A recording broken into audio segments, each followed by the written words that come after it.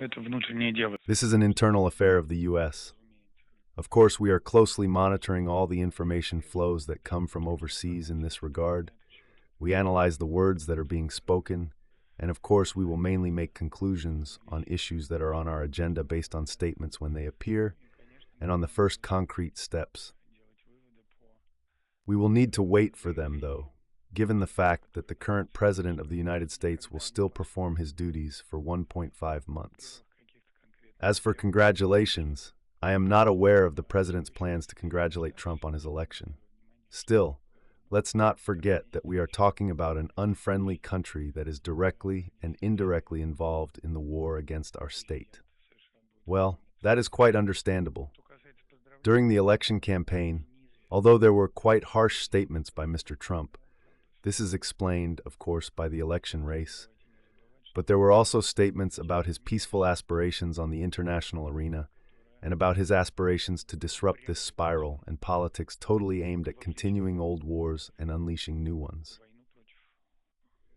Yes, these statements are quite important.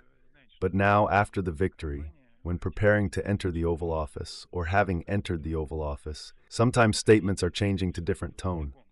Therefore, we say that we carefully analyze everything, observe everything, and will make conclusions based on specific words and specific steps. As for President Putin's reaction, I cannot say anything here. Yes, we confirm, we take into account the information that comes from Washington. It is almost impossible to worsen USA-Russia ties further. The relationship is at its historically lowest point, and then it will depend on the next leader of the United States. President Putin has repeatedly repeated that he is open to constructive dialogue based on justice and equality and a willingness to take into account each other's concerns. And President Putin keeps this attitude. He has repeatedly confirmed it. At the moment, the U.S. administration is categorically opposed to it. We will see what happens in January. If you remember, we have repeatedly said that the United States are able to contribute to the end of this conflict. This cannot be done in one night, but since the United States, that is the country that inflames and constantly throws gasoline into this conflict and takes a direct involvement in it, then yes, the United States is able to change this trajectory of its foreign policy. But whether it is done and how it is done, if at all, again, we will see after January. You do not have to ask us about that. I repeat once again and remind you of Putin's words about his eagerness for making contact and for dialogue. But our position is consistent and well known in the world, and the rest, let's wait for some concrete actions. But it can only be called a hoax, because this is not the first time, this is already a trend. Absolute superficial things are being published. To be honest, I do not know anyone who takes such publications seriously. They have completely discredited themselves in terms of information that deserves or is credible.